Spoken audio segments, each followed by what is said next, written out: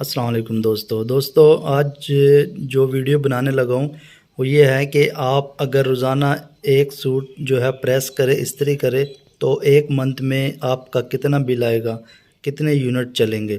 तो हमने अभी एक ड्रेस जो है प्रेस किया है और उसके 0.09 जो यूनिट है वो चले हैं 5 मिनट में। जो कपड़े हैं वो इस्त्री हुए हैं कम से कम 122 वाट पे और ज़्यादा से ज़्यादा 1265 वाट पे जो है वो इस्त्री गई है।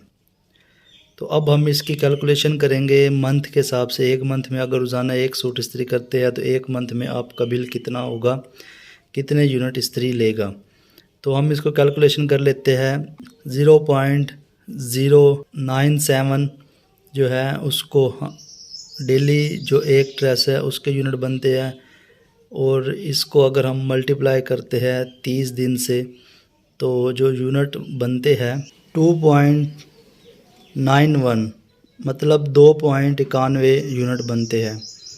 और 2.91 यूनिट मतलब आप 3 यूनिट समझ ले। अगर एक सूट आप डेली इस्त्री करते हैं तो एक मंथ में आपका इस्त्री के ये यूनिट चलेंगे 3 यूनिट सिर्फ चलेंगे। 3 यूनिट को अगर हम यूनिट प्राइस से मल्टीप्लाई करते हैं, जो हमारा प्राइस यूनिट चल रहा है वो है 37.31।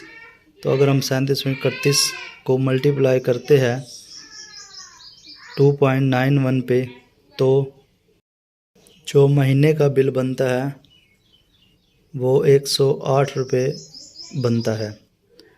तो दोस्तों समझ लो 110 रुपये बिल जो है वो आपके 30 सूट इस्त्री करने से होता है। तो आप लोगों के ज़हन में होना चाहिए कि जो इस्त्री है वो इतने यूनिट नहीं लेती। और अगर हम डेली का जो है वो एक सूट की कीमत निकालते हैं यूनिट के हिसाब से तो यूनिट 0.097 थे और इसको हम मल्टीप्लाई कर देते हैं जो यूनिट की प्राइस चल रही है 37.31 से। तो ये जो पैसे बनते हैं वो बनती है 3 रुपये 6 पैसे और वो एक सूट के डेली इस्त्री होते हैं।